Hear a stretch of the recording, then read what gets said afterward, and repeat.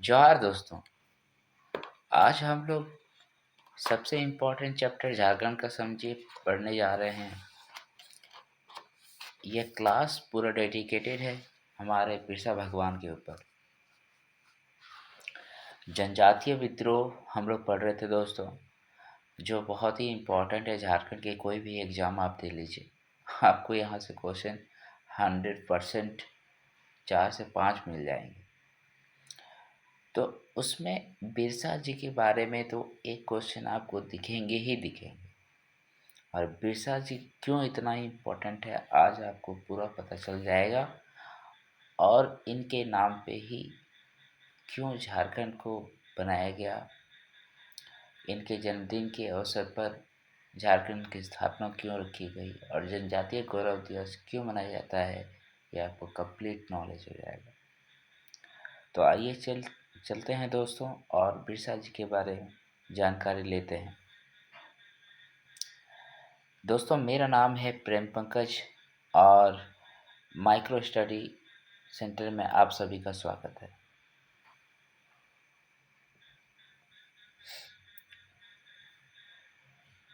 सबसे पहले मैं ये बता देता हूँ दोस्तों कि हमारा ये जो भारत है, झारखंड की स्थिति यहाँ पर है, नॉर्थ ईस्ट में है ना। नॉर्थ ईस्ट एकदम ये वाला पोर्शन मत समझ लीजिए, लेकिन हमारा भी जो पोजीशन है अगर देखा जाए तो नॉर्थ में है और ईस्ट में है। ओके, ये क्वेश्चन भी आता है पोजीशन ऑफ झारखंड किस, झारखंड जो है इंडिया के किस भाग में आता है, उत्तर पूर्वी भाग में आता है। तो हमारे इस पूरे झारखंड में 24 डिस्ट्रिक्ट है। इस 24 डिस्ट्रिक्ट में एक डिस्ट्रिक्ट है खूंटी। क्या है? खूंटी। इस खूंटी डिस्ट्रिक्ट में ही हमारा बिरसा भगवान जी का जन्म हुआ था। उस गांव का नाम था ओली हाथू। क्या नाम है? ओली हाथू। ठीक है। ये हाल फिलहाल के वर्षों में काफ़ी फेमस जगह रहा है। ओके।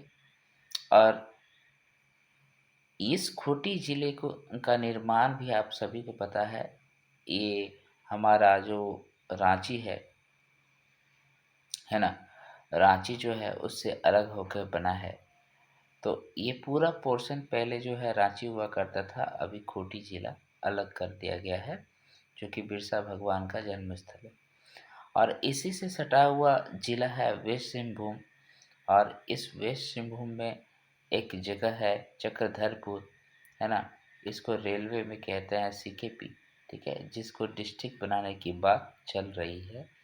और यहाँ से बिरसा मुंडा जी का संबंध काफ़ी ज़्यादा है। और इसका जो हेड क्वार्टर है दोस्तों वो है चाईबासा। और इस चाईबासा से ही उन्होंने पढ़ाई किया था, आपको पता है। और यहाँ पर जो है सरदारी आंदोलन से वो जुड़े हुए थे, जो कि भूमि से रिलेटेड आंदोलन था। और फिर आपका जो सीकेपी मैंने नाम दिया चक्रधरपुर, यही वह जगह है जहाँ वो फाइनली पकड़े जाएंगे। यहाँ के जंगलों से पकड़े जाएंगे और रांची के जेल में चले जाएंगे, जहाँ उनकी शहादत होती है। तो आइए, ये तो ओवरव्यू था। उनकी कंप्लीट जानकारी लेते हैं स्लाइड बाय स्लाइड।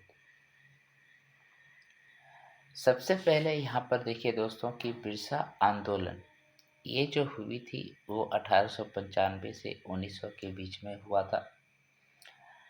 तो बिरसा आंदोलन को हम लोग मुंडा आंदोलन भी कहते हैं। इसको हम लोग उल गुलान भी कहते हैं। यहाँ पर लॉ होगा, आप सभी को पता है उल गुलान का तात्पर्य क्या होता है। उल गुलान का तात्पर्य होता है विद्रोह या फिर महान हलचल, पर खलबली मचा दो पूरा, ऐसा चीज़ें होती है उल गुलान का मतलब। ठीक है, पूरा समाज का आकर्षण होना चाहिए, सरकार का आकर्षण उसके प्रति होना चाहिए। यह आदिवासी आंदोलन में सर्वाधिक व्यापक तथा संगठित आंदोलन था। ओके, चलिए इसके पीछे थोड़ा सा जाते हैं और मैं थोड़ा सा बता देता हूँ। तो ये पूरा जो इलाका है ना, ये पूरा इलाका इस आंदोलन का मुख्य केंद्र था। ठीक है, ये मुख्य केंद्र था ये। लेकिन इसका विस्तार जो है आपको गुमला में भी मिलता है, सिमडेगा में भी मिलता है, सरायकेला खरसावां में भी मिलता है, ठीक है, हजारीबाग में भी मिलता है। और धीरे धीरे ये पलामू की तरफ भी इसका विस्तार हुआ रहता है।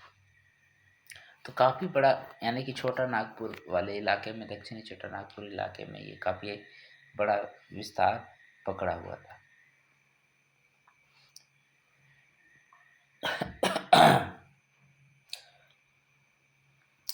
इस आंदोलन का प्रारंभ सरदारी विद्रोह, जो कि मैं पिछले क्लास में पढ़ाया, के समाप्त होने के बाद ही 1895 ईस्वी में बिरसा मुंडा के नेतृत्व में हुआ।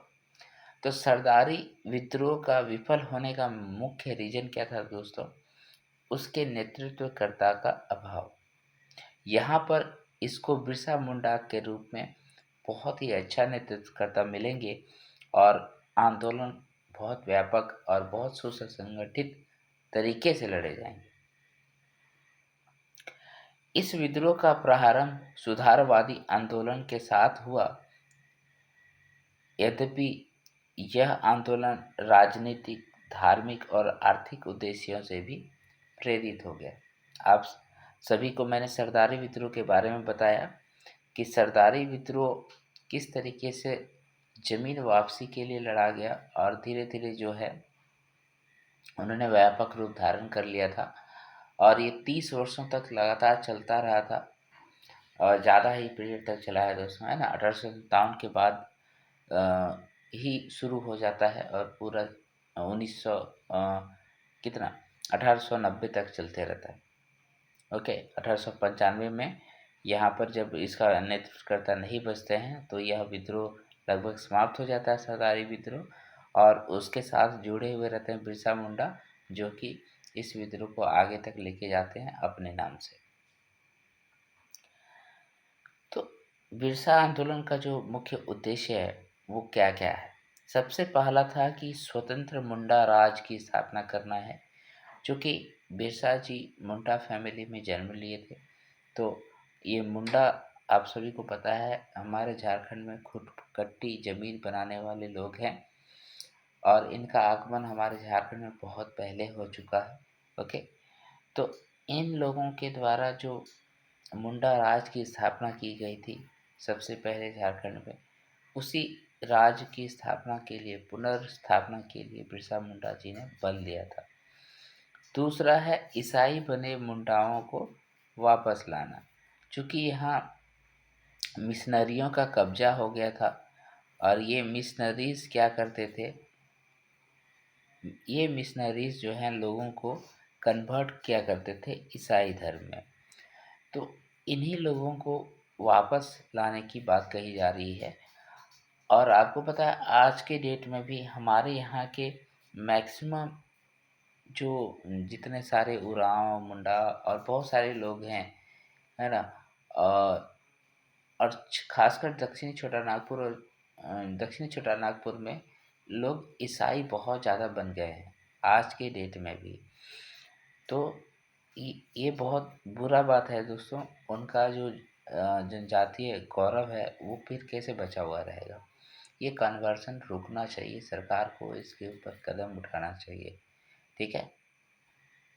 तरह तरह का ईसाई लोग लालच देते हैं और उन लोगों को गरीबी से उठाने की बात करते हैं और उसका धर्म परिवर्तन कर देते हैं।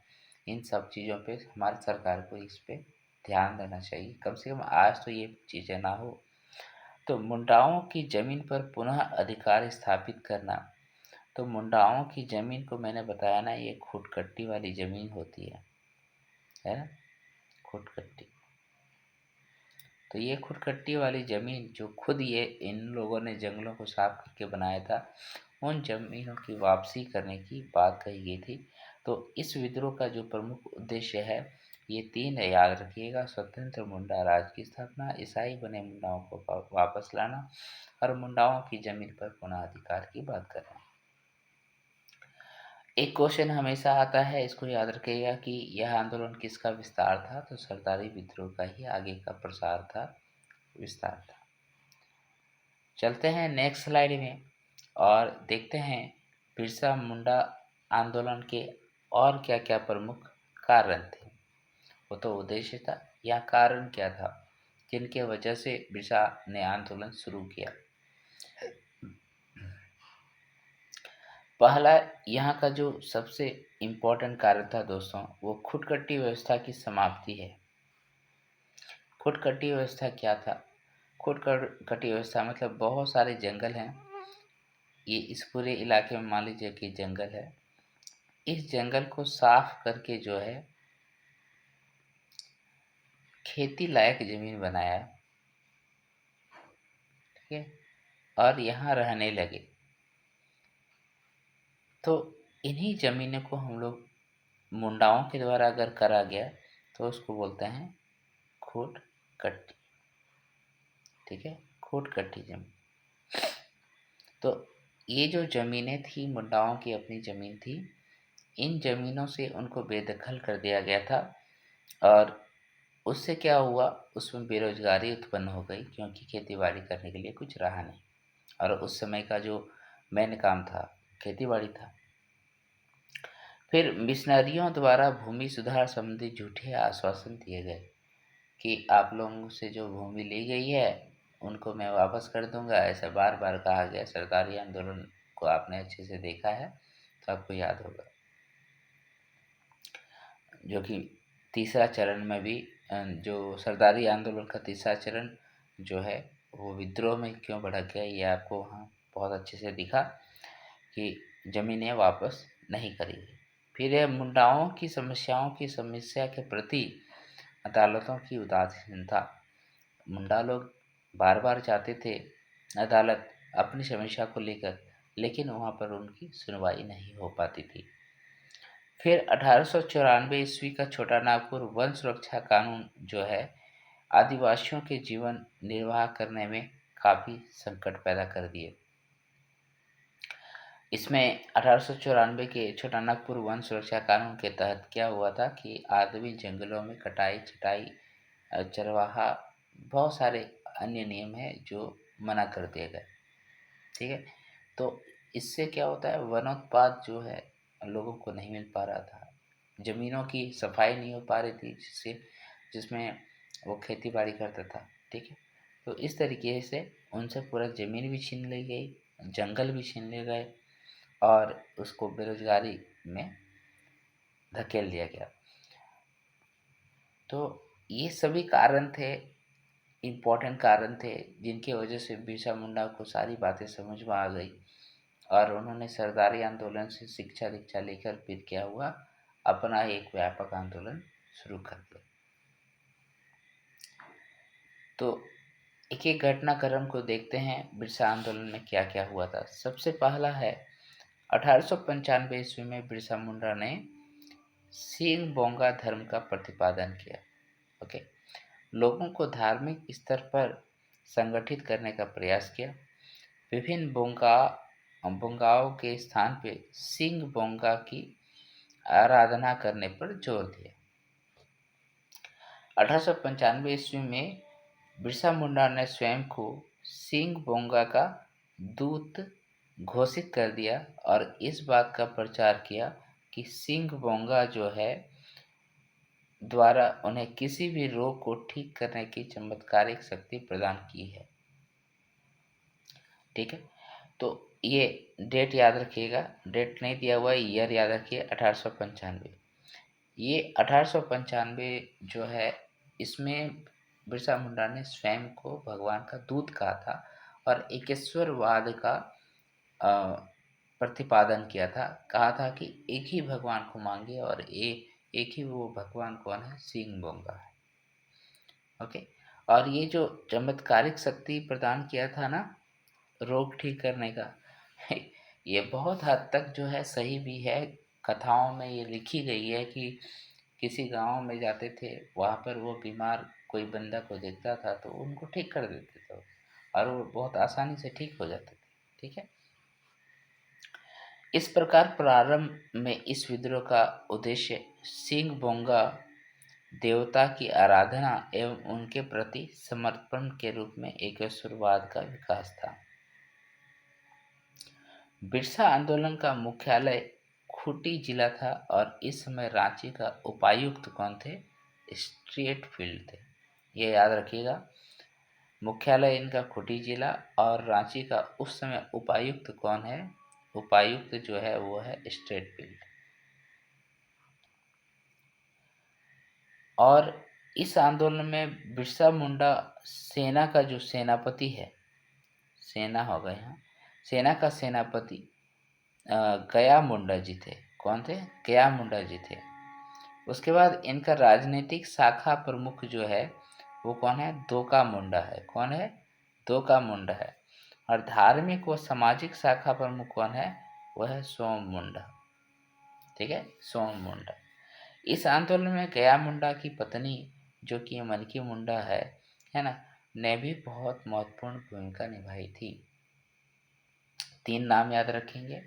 सेनापति कौन है? तो सेनापति आपका हो गया गया मुंडा। ठीक है।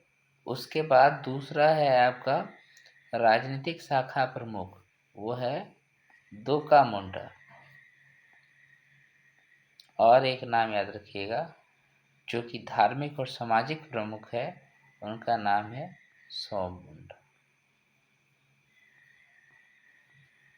क्लियर है? ये तीनों ही बातें याद रखिएगा। इन तीनों की कहानियां इस तरीके से है।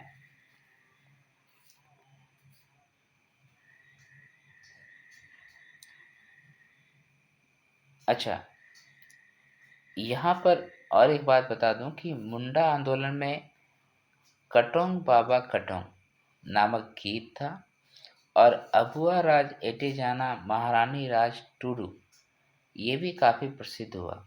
ठीक है। मुंडा आंदोलन में 2 कथन आप याद रखिएगा, कटोंग बाबा कटोंग और दूसरा अबुआ राज एटे जाना महारानी राज टुडू। ये दोनों ही कथन जो है मुंडा आंदोलन में खूब प्रचलित हुआ था।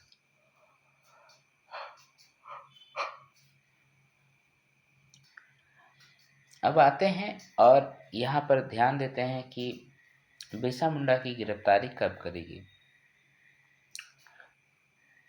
पहली बार बिरसा मुंडा 24/8/1895 ईस्वी को अंग्रेज अधिकारी मेहर के द्वारा ब्रिटिश सरकार के खिलाफ षड्यंत्र के आरोप में गिरफ्तार किए गए। पहली बार कब हो गया? 24/8/1995। 24/8/1995 ब्रिटिश अधिकारी मेहर के द्वारा। 30 नवंबर 1897 को महारानी विक्टोरिया की हीरक जयंती के अवसर पर बिरसा मुंडा को रिहा कर दिया गया। कब कर दिया गया? 30 नवंबर 1897 को, यानी कि 2 साल बाद। ठीक है, 2 साल बाद जो है इनको रिहा किया गया। महारानी विक्टोरिया की क्या थी उस दिन? हीरक जयंती थी।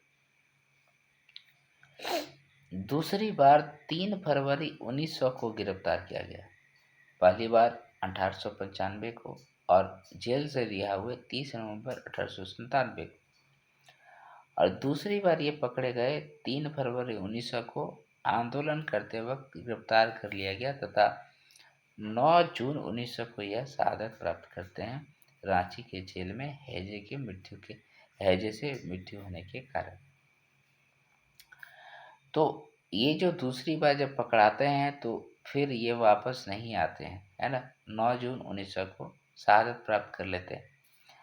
और दोस्तों अगर मैं आपको इनके बारे में बताऊं तो देखिए कितना कम एज में इन्होंने वीरगति को प्राप्त किया। इनका जन्म तो आप सभी को पता है 15 नवंबर 1875 को। ये 15 नवंबर 1875 को इनकी जन्म होती है और मृत्यु देखिए 9 जून 1900 को हो जाती है, यानी कि ओनली 25 ईयर्स, 25 साल की उम्र में इतना हल्का मचा के रखते हैं पूरे क्षेत्र में, अंग्रेजों की हालत खराब कर देता है। तो पहली बार जेल से रिहा होकर बिरसा मुंडा ने लोगों को संगठित करना शुरू किया था। पहली बार कब? देखिए उसके पहले भी तो वही किया था, संगठित ही करना शुरू किया था। लेकिन 30 नवंबर 1897 को जैसे ही बाहर आते हैं तो वह फिर से लोगों को संगठित करना चालू करता है और अब क्या करता है, गांव-गांव घूमकर लोगों को हथियारबंद बनाने का बनाना प्रारंभ कर देता है। अब लोगों के हाथों में हथियार हथियार उनके पास क्या रहेगा, तीर, धनुष, भाला, कृपान, कटार, ये सब रहेगा। ओके, पारंपरिक हथियार रहेगा, ये नहीं कि बंदूक, गोली ये सब आ गया। आता है थोड़ा बहुत, गया मुंडा जी वो सब व्यवस्था करता है। अब आगे क्या होता है कि जब संगठित हो जाता है सेना लोग, तो 400 सहयोगियों के साथ खूंटी थाना पर वो हमला कर देते हैं 1897 में।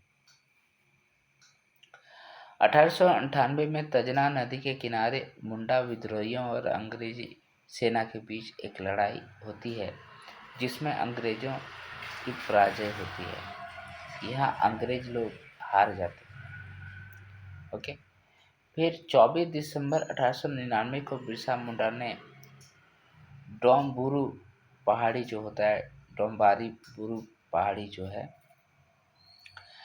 उसमें एक सभा का आयोजन करते हैं, जहां अंग्रेजों के विरुद्ध विद्रोह करने का ऐलान किया गया था। तब 25 दिसंबर 1899 को वास्तविक रूप से विद्रोह प्रारंभ हो गया। ठीक है, ये भी डेट याद रखिएगा आप। डोम्बारी बुरू पहाड़ी जो इलाका है, ये रांची और चक्रधरपुर जाने वाले रास्ते में पड़ता है। ठीक है,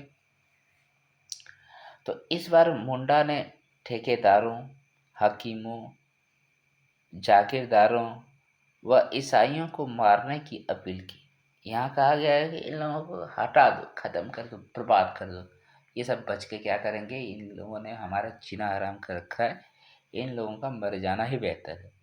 इतना कह के 25 दिसंबर 1899 को हर जगह विद्रोह करना चालू कर दिया, मार काट मचाना शुरू कर दिया।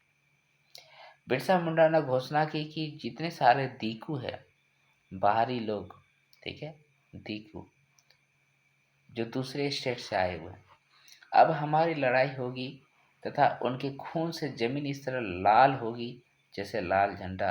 ये किसने कहा, बिरसा मुंडा ने कहा।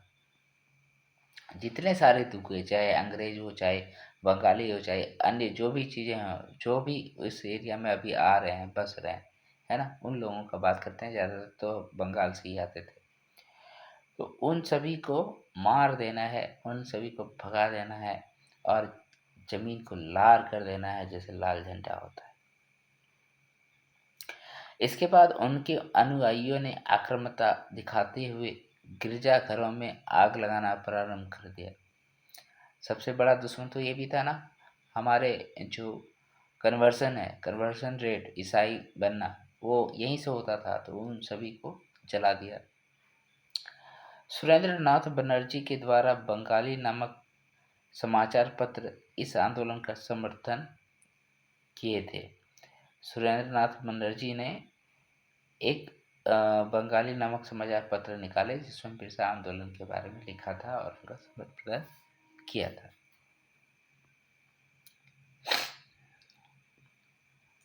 तो बिरसा के नेतृत्व में विद्रोहियों ने 1900 में डोम्बारी पहाड़ी, इसको सेल रकब पहाड़ी भी कहते हैं, पर स्थित पुलिस पर हमला कर दिया। वहां पर पुलिस तैनात था, उस पर हमला कर दिया। अंग्रेजी अधिकारी फॉब्स व स्ट्रेटफील्ड के नेतृत्व में पुलिस ने विद्रोहियों पर जलियांवाला बाग के तर्ज पर भयंकर गोलीबारी की एवं विद्रोहियों को पराजित कर दिया। यहाँ पर क्या होता है, एकदम हिल टॉप में जो है जनसभा कर रहे होते हैं बिरसा जी कुछ लोगों के साथ, तो इनको चारों तरफ से घेर के मारने का प्रयास किया जाता है, लेकिन बिरसा मुंडा यहाँ से भागने में सफल हो जाते हैं। बिरसा जी यहाँ से भागने में सफल हो जाते हैं, लेकिन कई सारे मुंडा जो यहाँ पर लोग रहते हैं वो मारे जाते हैं और यहाँ पर भी भयंकर गोलीबारी होती है। ओके, अब बिरसा मुंडा को पकड़वाने हेतु अंग्रेजों ने क्या किया, 500 रुपये का इनाम राशि रखा। कहा कि ऐसे तो नहीं पकड़ पाएंगे, चलो इसके ऊपर 500 रुपये का इनाम राशि रखते हैं, तब तो यहाँ के लोग जो हैं धोखा खा जाएंगे, और खा भी जाते हैं। तो यहाँ पर क्या होता है, बैंक गांव की जगमोहन सिंह का जो साथी होता है सागर वीर सिंह महाली, सागर वीर सिंह महाली, ठीक है, के कहने पर अंग्रेजों द्वारा 3 फरवरी 1900 को, कब, 3 फरवरी 1900 को चक्रधरपुर के जामकोपाई जंगल में सोते समय बिरसा मुंडा को गिरफ्तार कर लिया गया। जैसे ही 500 रुपये का लालच मिला, बेटा आ गया औकात में, हैं? कहा कि चल भाई बिरसा मुंडा को पकड़वा देते हैं, वो काफ़ी आंदोलन कर रहा है, हमारे लिए भी परेशानी का सबब है, पकड़वा दिया। 3 फरवरी 1900 को पकड़ा गया। तो रांची जेल में बंद बिरसा मुंडा की मृत्यु 9 जून 1900 को हैजा की बीमारी फैलने से हो जाती है, ऐसा अंग्रेजों के द्वारा कहा गया। आज की डेट में यह प्लेस को संग्रहालय घोषित किया गया है।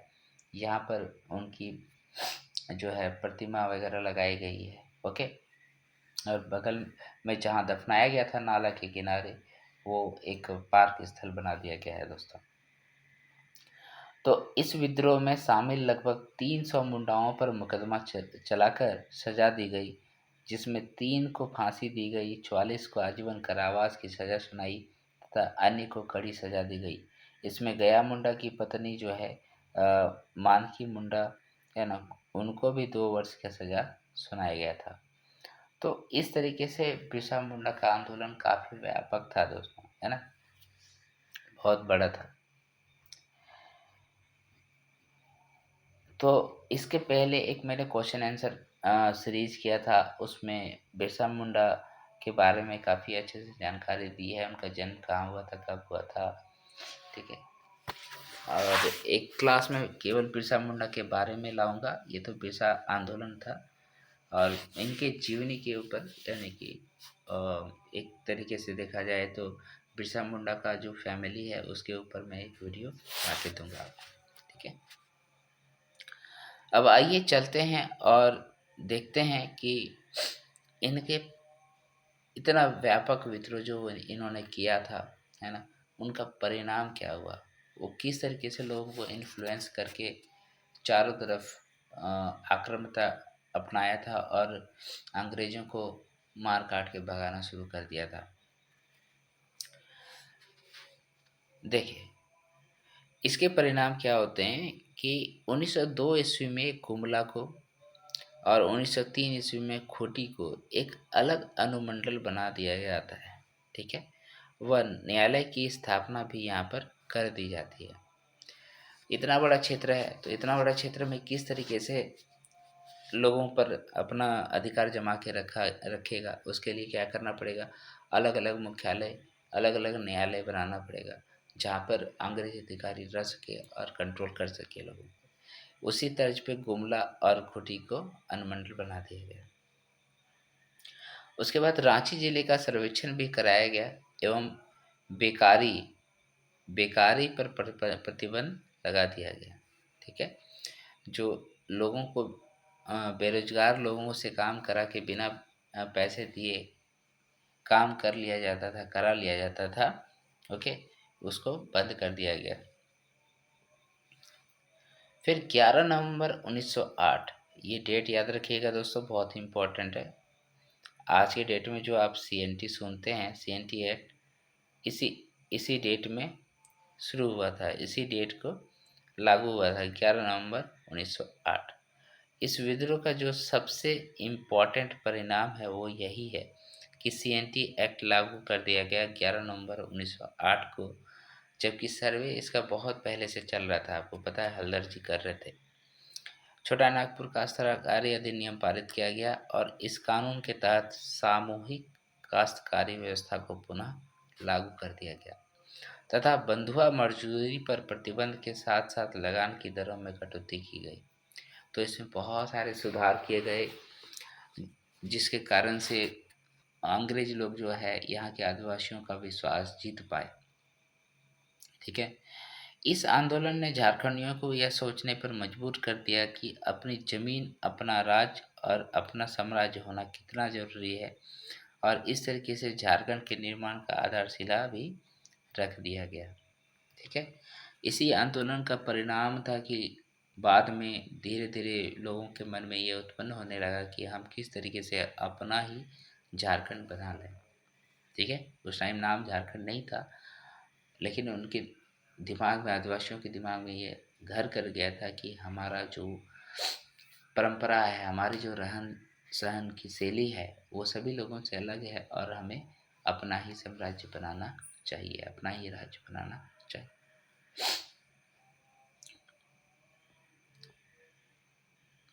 तो दोस्तों, आप सभी को मैं एक रिक्वेस्ट करना चाहता हूँ कि हमारा अगर यह वीडियो आपने अंत तक देखा है, तो उसको लाइक कर दीजिए, शेयर कीजिए ज़्यादा से ज़्यादा और सब्सक्राइब करके रखिए चैनल को दोस्तों। आप सभी को मैं बहुत अच्छे से झारखंड जीके जो है पूरा पढ़ा दूंगा। अभी हिस्ट्री ऑफ झारखंड चल रहा है, धीरे धीरे मैं ज्योग्राफी ऑफ झारखंड लाऊंगा, फिर इकोनॉमिक्स ऑफ झारखंड लाऊंगा और फिर पॉलिटी ऑफ झारखंड लाऊंगा। इन सभी को मैं आपको यहाँ पर फ्री ऑफ कॉस्ट पढ़ा रहा हूँ और इससे बाहर मैं जितना पढ़ाऊंगा दोस्तों, उससे बाहर तो क्वेश्चन नहीं आएगा, इतना तो गारंटेड है। ओके, तो आइए दोस्तों, और मुझे जस्ट मोटिवेशन चाहिए, उसके लिए आप लाइक सब्सक्राइब करें। और बिरसा मुंडा के बारे में इतनी जानकारी आपको मैंने दिया, और यहाँ पर आपने देखा कि इनका जन्म 30 नवंबर को हुआ था और जो है मृत्यु 9 जून को हुआ है। ये दोनों ही डेट काफ़ी इम्पोर्टेंट है। बीच के वर्षों में 2 बार वो जेल गए थे, वो भी याद रखिएगा, ठीक है? उसमें सबसे पहले एक बार 1895 में वो जेल गए, है ना? 1895 में, फिर 1897 में वो छूट गए, फिर वो 1900 में जेल गए और फिर 9 जून को वहाँ पर रांची जेल में मृत्यु हो जाती है। नेक्स्ट वीडियो में दोस्तों मैं आप लोगों के लिए और एक आंदोलन से रिलेटेड वीडियो लाऊंगा, और अ, शायद और दो ही वीडियो होंगे जो कि हमारा अ, क्या कहते हैं उसको, आंदोलन से रिलेटेड है, झारखंड के आंदोलन से रिलेटेड है, और ये पूरा क्लास ख़त्म हो जाएगा दोस्तों। तो आप मेरा जो इसका क्या बना हुआ है, इसका प्ले लिस्ट बना हुआ है, वो प्ले लिस्ट में शेयर कर दूंगा, आप देख लीजिएगा। इसमें आपको सारा जितने जनजातीय विद्रोह है वो पूरा मिल जाएगा। एक एक बार आप देखिएगा तो पूरा याद हो जाएगा दोस्तों। तो चलिए दोस्तों, मैं आप सभी से मिलता हूँ अगले क्लास में। तब तक के लिए जोहार, जय हिंद, जय झारखंड।